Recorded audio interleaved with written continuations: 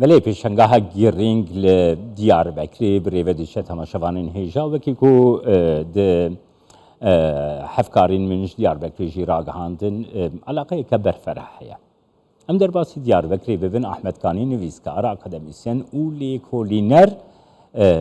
میوانی منه سلاف بوده که احمد جه هولیری سلاف بوده بو دیاربکری علا کردستانی روجاوی پیروز بی.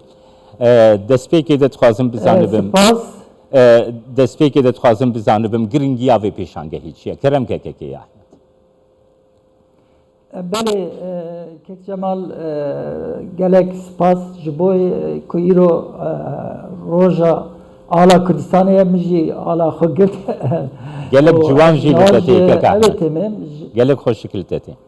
spas maliye ava kek cemal li Fuara Pirtûkan ji ber ku 4 sal navber ketibûnê kê niha gelek eleqeyek mezin heye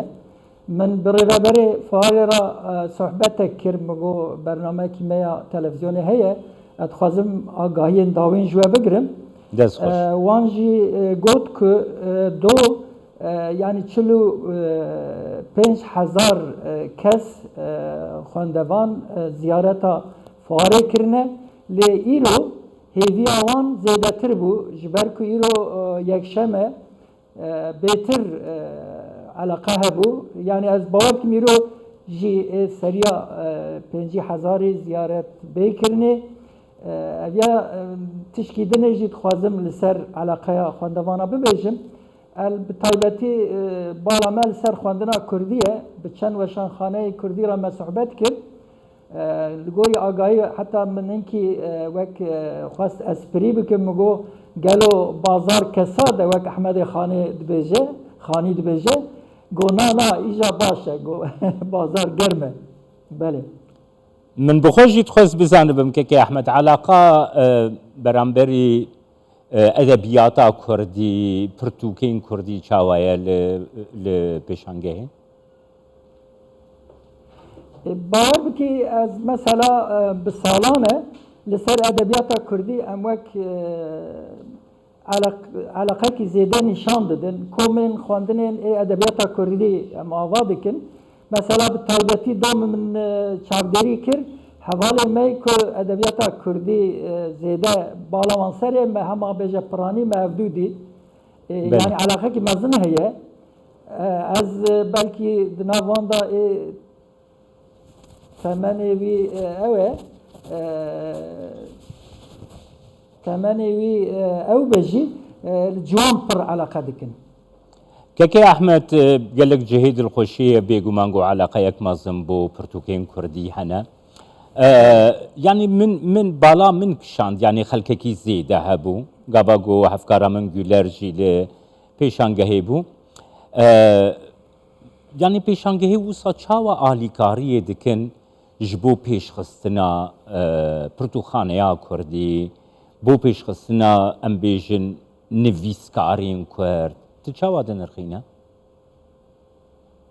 yani bi taybetî jî derfeta gihîştina hemû berheman çê dibe bi taybetî ji ber ku pêşangehe hemû berhem bi hev re tênên amadekirinê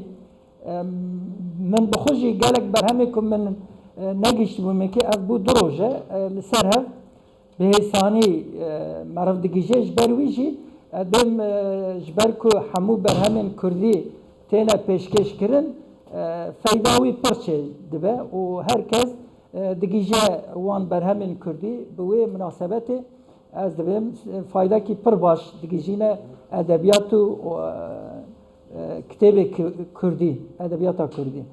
tu zanî gava got min dît wilo tesîrek li min jî kir kekê Ehmed yani niha ez bi xwe hêvî dikim bi rastî mesela li Bazidê pêşengeha pirtûkên Kurdî bêvekirin ji bo xatirê Nemir Ehmedê Xanî mesela li Cizîrê vebê ji bo Nemir Melayê Cizîrî tu fikra te çi ye kerem taybetî jî di vê warê de gelek sempozyumên akademîk tene çekini. Mesela li Cizîrê par sempozyuma mela çêbû Rast e. û bûîva têkildar berhemên mela berhemên xanî û gelek em bêjin berhemên wêjeya Kurdî ji alî ew ê vajî hatin çapkirinê ji alî dewletê vajî. Lê wek cenabê te got yani li Cizîrê û li em bêjin bazî dê bêçêkirinê wê daha nêzê wan berhemdarê me be lê wek hûn dizanin Diyarbekir navenda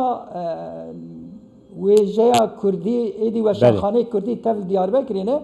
bi hêsanî ez karim bibêjim ku ji hemû bajaran tênin li Diyarbekirê wan berheman xwe digihînê bi vê münasebetê edvêm ji Cizîrê ji bazî dê gelek xwendekar nivîskar beşdarê vê fuarê bûn li Diyarbekirê. سپاسیات دکم که احمد و سلاوین ما جهولیری بو همین ویسکار و شانخانین کل پیشنگاه دیاربکر سپاس بوده